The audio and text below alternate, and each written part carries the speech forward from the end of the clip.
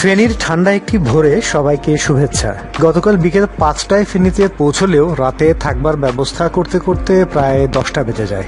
পরিচিত অপরিচিত কারো সাথে যোগাযোগ করে কোনো লাভ হয়নি। তাছাড়া ফেনী সাইক্লিস্টও আমাদের কোনো সহযোগিতা করতে পারেনি।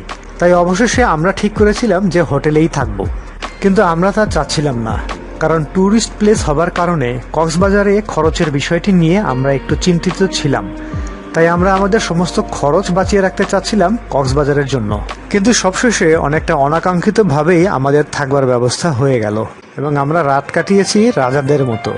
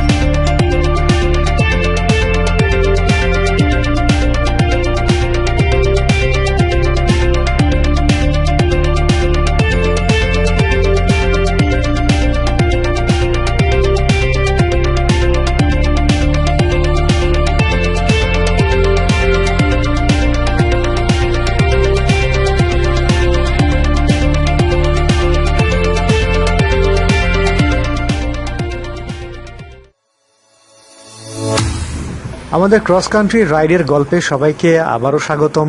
আপনারা সবাই জানেন তেঁতুলিয়ার টেকনাফ ক্রস কান্ট্রি রাইডের 5ম দিনের রাইড শেষে বর্তমানে আমরা ফেনীতে অবস্থান করছি। চতুর্থ আর 5ম দিনে আমাদের জন্য আনন্দের বিষয় ছিল আমাদের অনেক ওয়েল উইশারদের সাথে দেখা হওয়া। আমাদের রিফ্রেশমেন্ট আর থাকবার ব্যবস্থা করে তারা আমাদের অনেক উৎসাহ দিয়েছে, যা আমরা কখনোই ভুলব না। গতকাল ঢাকা চিটাগাং হাইওয়েতে আমরা বেশ মজার একটা রাইড দিয়েছি। শুধু শুধু সবাই আমাদেরকে ভয় দেখিয়েছে, অথচ হাইওয়েটিতে সাইকেল চালাতে আমাদের কোনো কষ্ট বা বিপদ কিছুই হয়নি। আমাদের রাইডিং গল্পের শুরুতেই আমরা বলেছিলাম যে নানান ধরনের পরিবেশ আর তাপমাত্রার ভেতর দিয়ে আমাদেরকে যেতে হবে। মজার ব্যাপার হলো ঢাকার বাইরে তাপমাত্রা 2 থেকে 3 ডিগ্রি সবসময়ই কম, কিন্তু সমুদ্র উপকূলবর্তী এলাকা হবার কারণে কক্সবাজার আর টেকনাফের অবস্থা কি কে জানে।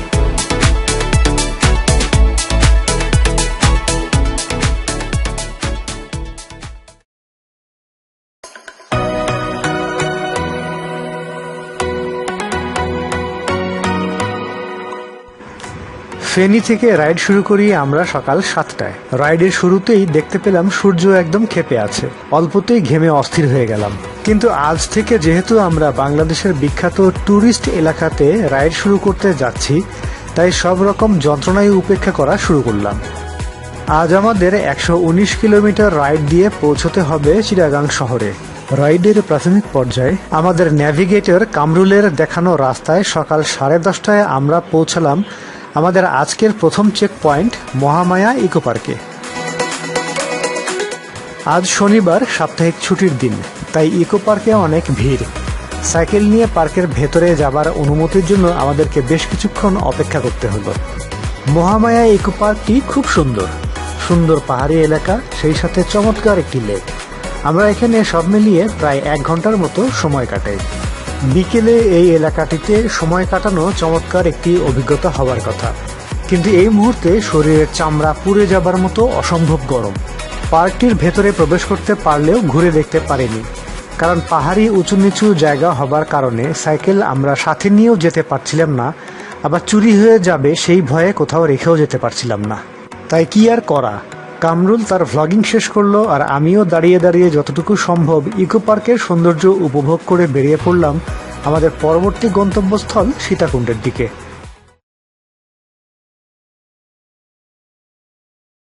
সীতাকুণ্ড। আমরা এখানে পৌঁছেই বেলা 1:30টায়। পার্বত্য অঞ্চলের প্রাকৃতিক সৌন্দর্যের এক অফুরন্ত ভাণ্ডার হওয়া সত্ত্বেও আমরা এখানে বেশি সময় কাটাইনি। পাহাড় আর পাহাড়ের সৌন্দর্যে ঘেরা এই জায়গাটিতে আমার ঘুরে বেড়ানোর খুব ইচ্ছা বহুত আগে থেকেই ছিল। বিশেষ করে এখানকার চন্দ্রনাথ পাহাড়টিতে আমি বহুবার আসবার প্ল্যান করেও আসতে পারিনি, অথচ আজ সীতাকুণ্ডে এসেও সুযোগটা হাতছাড়া করতে হলো বিশেষ একটি কারণে। কামরুলকেও দেখলাম কোনো কিছুতেই স্বস্তি পাচ্ছে না, তাই শুধুমাত্র রেল স্টেশনটা ঘুরে দুপুরে লাঞ্চ সেরে যত দ্রুত সম্ভব সীতাকুণ্ড থেকে বেরিয়ে যাই।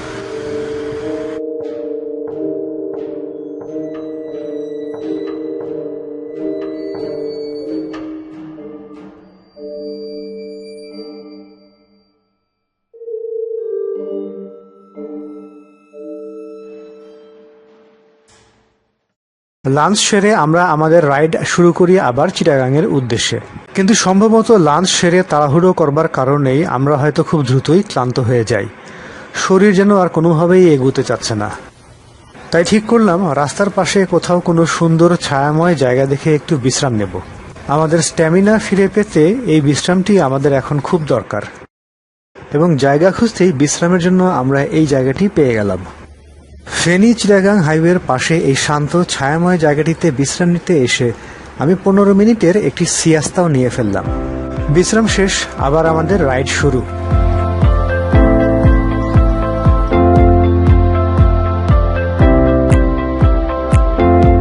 চিটাগাং শহরের কাছাকাছি পৌঁছেই আমাদের মন খুশিতে ভরে উঠল। আমরা কত দীর্ঘ পথ পাড়ি দিয়ে এলাম, কিন্তু ফেনী চিটাগাং হাইওয়ের মতো এরকম ন্যাড়া রাস্তা আমরা পাইনি। রাস্তার উপর কোনো গাছ নেই, কোনো ছায়া নেই, অসহ্য গরম। চিটাগাংয়ে আমরা পৌঁছাই বিকেল 4:30টায়। শুধুমাত্র প্রাকৃতিক সৌন্দর্যের কারণেই চিটাগাং শহরটি খুব সুন্দর, যে সৌন্দর্য বৃদ্ধিতে মানুষের কোনো হাত নেই। পাহাড় ঘেরা এই শহরের সৌন্দর্য খুব অল্প সময়ের মাঝেই আমাদের মন কেড়ে নিল। তবে উঁচু নিচু রাস্তায় সাইকেল চালাতেও কষ্ট কম করতে হলো না। বড় সমস্যা হলো এখানকার মানুষজন সবাই খুব রুক্ষ আর রাগী। বন্ধুসুলভ আচরণ এখানে একদম নেই। শুধুমাত্র একজন সাইকেল মেকানিককে দেখলাম আমাদের দিকে খুব আগ্রহ করে এগিয়ে এলো আমাদের সাইকেলের কিছু রিপেয়ার করতে হবে কিনা তা জানবার জন্য। অবশেষে নানান রকম চড়াই উতরাই পেরিয়ে শাহ আমানত ব্রিজে সন্ধ্যা 6টায় পৌঁছে আমরা স্বস্তির নিঃশ্বাস ফেলি। বাংলাদেশের গুরুত্বপূর্ণ শহরের তালিকায় ঢাকার পরপরই চিটাগাংয়ের অবস্থান, তাই এই শহরটির অবস্থাও ঢাকার মতোই দুর্দশাগ্রস্ত। আমাদের রাইড এখনো শেষ হয়নি। আমাদেরকে এখনো 18 কিলোমিটার রাইড দিয়ে পৌঁছতে হবে চিটাগাংয়ের পুটিয়া উপজেলায়। সেখানে আমরা আজকে রাতে থাকব। মাগরিবের নামাজ শেষে আমরা আবার আমাদের রাইড শুরু করি এবং রাত 9:15টার দিকে আমরা পটিয়ায় পৌঁছে যাই, এবং সেই সাথে আমাদের ক্রস কান্ট্রির 6ষ্ঠ দিনের রাইড শেষ হয়ে যায়। রাতে আমাদের থাকবার ব্যবস্থা হয় জেলা পরিষদ গেস্ট হাউসে, যেখানে থাকার ব্যবস্থা করা ছিল দিন শেষে আমাদের জন্য আরেকটি অ্যাডভেঞ্চার। সে গল্প কাল করা যাবে। আজ এখানেই বিদায়। Good night from Patiya.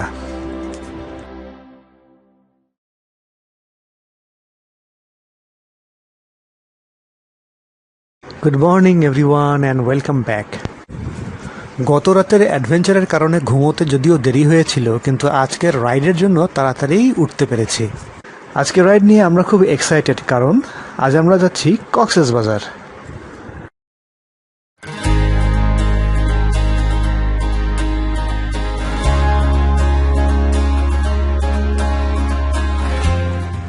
গতকাল রাতে পটিয়াতে পৌঁছে মহা বিপদে পড়েছিলাম থাকবার জায়গা নিয়ে। জেলা পরিষদ গেস্ট হাউসে থাকবার অনুমতি পাওয়া গেল না। একে একে সম্ভাব্য সব জায়গায় থাকবার চেষ্টা করে ব্যর্থ হয়ে শেষমেশ ঠিক করলাম হোটেলেই থাকব। কিন্তু অদ্ভুত ব্যাপার হলো পটিয়াতে কোনো আবাসিক হোটেল নেই। আমার সাইকেল জীবনে রাইড দিতে যেয়ে নানান জায়গায় নানানভাবে আমাকে রাত পার করতে হয়েছে। পূর্ব অভিজ্ঞতা থেকেই দেখেছি যে ছোট একটি থানাতেও কম করে হলে একটা ভাঙাচোরা হোটেল পাওয়া যায় বহিরাগতদের থাকবার জন্য, কিন্তু একটি উপজেলা হয়েও পটিয়াতে বহিরাগতদের থাকবার জন্য কোনো ব্যবস্থাই নেই। তার উপর এখানকার মানুষজনের আচরণও খুব অস্বাভাবিক, চালবাজ টাইপের। যাই হোক, অনেক কাঠখড় পোড়ানোর পর শেষমেশ জেলা পরিষদ গেস্ট হাউসেই আমাদের থাকবার ব্যবস্থা হয়, কিন্তু ব্যাপারটি মোটেই সহজ ছিল না।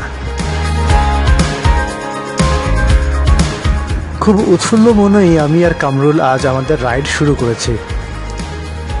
সকালের নাস্তাটা ভালো হলেও রাইডের শুরুতেই পড়ল ধোয়া আর দুর্গন্ধে ভরা বিশাল একটি ময়লার ডাম্প। কিন্তু সেদিকে আমাদের মনোযোগ নেই, কারণ আমাদের দুজনের মাথাতেই ঘুরছে কক্সবাজারের বিশাল সি বিচ। চিটাগাং কক্সবাজারের রাস্তা আমি শুনেছি নতুন করে তৈরি করা হয়েছে। শেষবার আমি যখন এই রাস্তা ব্যবহার করেছি তখন এটি খুব ভাঙাচোরা ছিল। আজ আমাদের 128 কিলোমিটার রাইড দিতে হবে। দেখা যাক 128 কিলোমিটার এই রাস্তায় আমাদের আজকের রাইডিং অভিজ্ঞতা কেমন হয়। আজকের এপিসোডের এই অংশটুকু একজন বাইকারের কাছ থেকে ধার করা ভিডিও। শুধুমাত্র রাস্তার সৌন্দর্য বোঝাবার জন্যই আমরা এই ভিডিওটি আমাদের এপিসোডের এই অংশে জুড়ে দিয়েছি। সত্যিকার অর্থে সাইকেল চালিয়ে এই রাস্তার অভিজ্ঞতা আমাদের খুব একটা ভালো ছিল না। রাস্তার দুপাশের দৃশ্য খুব সুন্দর আর মনোমুগ্ধকর হলেও সূর্যের গরমটা ছিল অস্বাভাবিক। বরাবরের মতোই এই রাস্তাও ন্যাড়া রাস্তা, কোথাও কোনো ছায়া নেই এবং বন্ধুসুলভ আচরণ এখানে একেবারেই নেই। সবাই যেন কেমন রাগীও না, হিংস্র। হতে পারে এটা সমুদ্র উপকূলবর্তী এলাকা হবারই একটা প্রভাব, কারণ যতই আমরা সমুদ্রের দিকে এগুচ্ছি ততই যেন আমি সবকিছুতেই কেমন লবণাক্ত গন্ধ পাচ্ছি।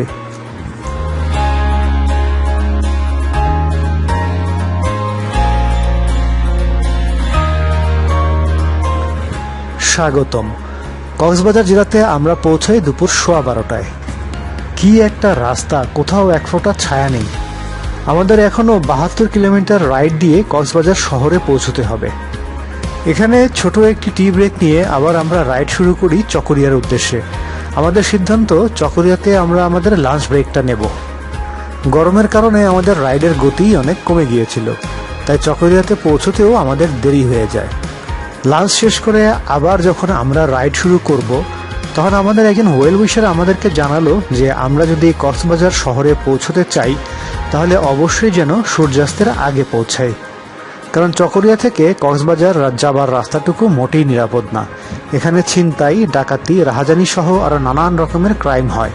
এই সামান্য তথ্যটি আমাদের ভেতরে যেন টনিকের মতো কাজ করলো। দুপুর 3:30টার দিকে আবার আমরা আমাদের রাইড শুরু করি। চকরিয়া থেকে কক্সবাজার শহরের দূরত্ব 54 কিলোমিটার। এখন মনে পড়লে হাসি পায়, আমাদের গোটা ক্রস কান্ট্রি রাইডের এই 54 কিলোমিটার ছিল সবচেয়ে দ্রুততম রাইড। যতই আমরা কক্সবাজারের দিকে এগুচ্ছিলাম আমাদের ভেতরের উত্তেজনা কোনোভাবেই আমরা লুকিয়ে রাখতে পারছিলাম না।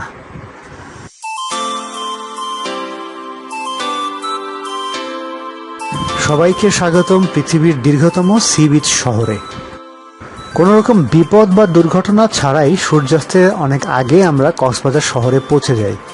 ইদানিংকালে যারাই কক্সবাজারে বেড়াতে এসেছে তারাই উচ্ছ্বাস প্রকাশ করেছে গল্প করে যে কক্সবাজার শহর খুব উন্নত হয়েছে, এবং আমিও তার প্রমাণ দেখলাম। বড় বড় বিল্ডিং, প্রশস্ত রাস্তা, সবই খুব সুন্দর, কিন্তু কি যেন একটা নাই। বারে বারে মনের ভিতর সেটাই খোঁচা দিচ্ছিল। কলাতলি মোড়ে যাবার আগে ঠিক এই জায়গা থেকেই কক্সবাজার শহরে ঢোকবার আগে বিশাল বঙ্গোপসাগরের সবুজ জলরাশি দেখা যেত। সেই দৃশ্যটি হারিয়ে গেছে এবং হঠাৎ করেই কক্সবাজারে আসবার সব উত্তেজনা হারিয়ে আমার মন বিষণ্ণতায় ছেয়ে গেল। অসভ্য আর লোভী মানুষের দল কিভাবে এখানকার সেই সৌন্দর্যটাকে ধ্বংস করেছে। পর্যটন এলাকা হিসেবে কক্সবাজার শহরটি তার সমস্ত গুণাবলী হারিয়ে ফেলেছে, আর আমার কাছে মনে হচ্ছে বর্তমানে এটি একটি ময়লার ডাস্টবিন। কক্সবাজারে কোনো সরকারি গেস্ট হাউসে আমরা থাকবার কোনো চেষ্টাও করিনি। আমরা ছিলাম হোটেলে। নতুন অভিজ্ঞতা হলো, কক্সবাজার পুলিশ লাইনের দুজন সদস্য আমাদেরকে দেখিয়ে দিল কোথায় গেলে সস্তায় হোটেল পাওয়া যাবে। সস্তায় যে হোটেল আমরা পেলাম নিঃসন্দেহে সেটা খুব ভালো হোটেল ছিল। হোটেলে চেক ইন করে ফ্রেশ হয়ে সাইকেল নিয়ে আবার আমরা বেরিয়ে পড়লাম কক্সবাজার শহর দেখবার জন্য। রাতের খাবার সেরে পুরো কক্সবাজার শহর ঘুরে আমরা লাবণী বিচে যেয়ে রিল্যাক্স করলাম রাত প্রায় 11টা পর্যন্ত। রাত 11:30টার দিকে আমরা হোটেলে ফিরে তাড়াতাড়ি শুয়ে পড়ি, কারণ আগামীকাল আমাদের জন্য একটি বিশেষ দিন। আগামীকাল আমরা যাচ্ছি মেরিন ড্রাইভ হয়ে টেকনাফ। আজ এখানেই শেষ। সবার সাথে আগামীকাল আবার দেখা হবে মেরিন ড্রাইভে। আজকের মতো এখানেই বিদায়। Good night.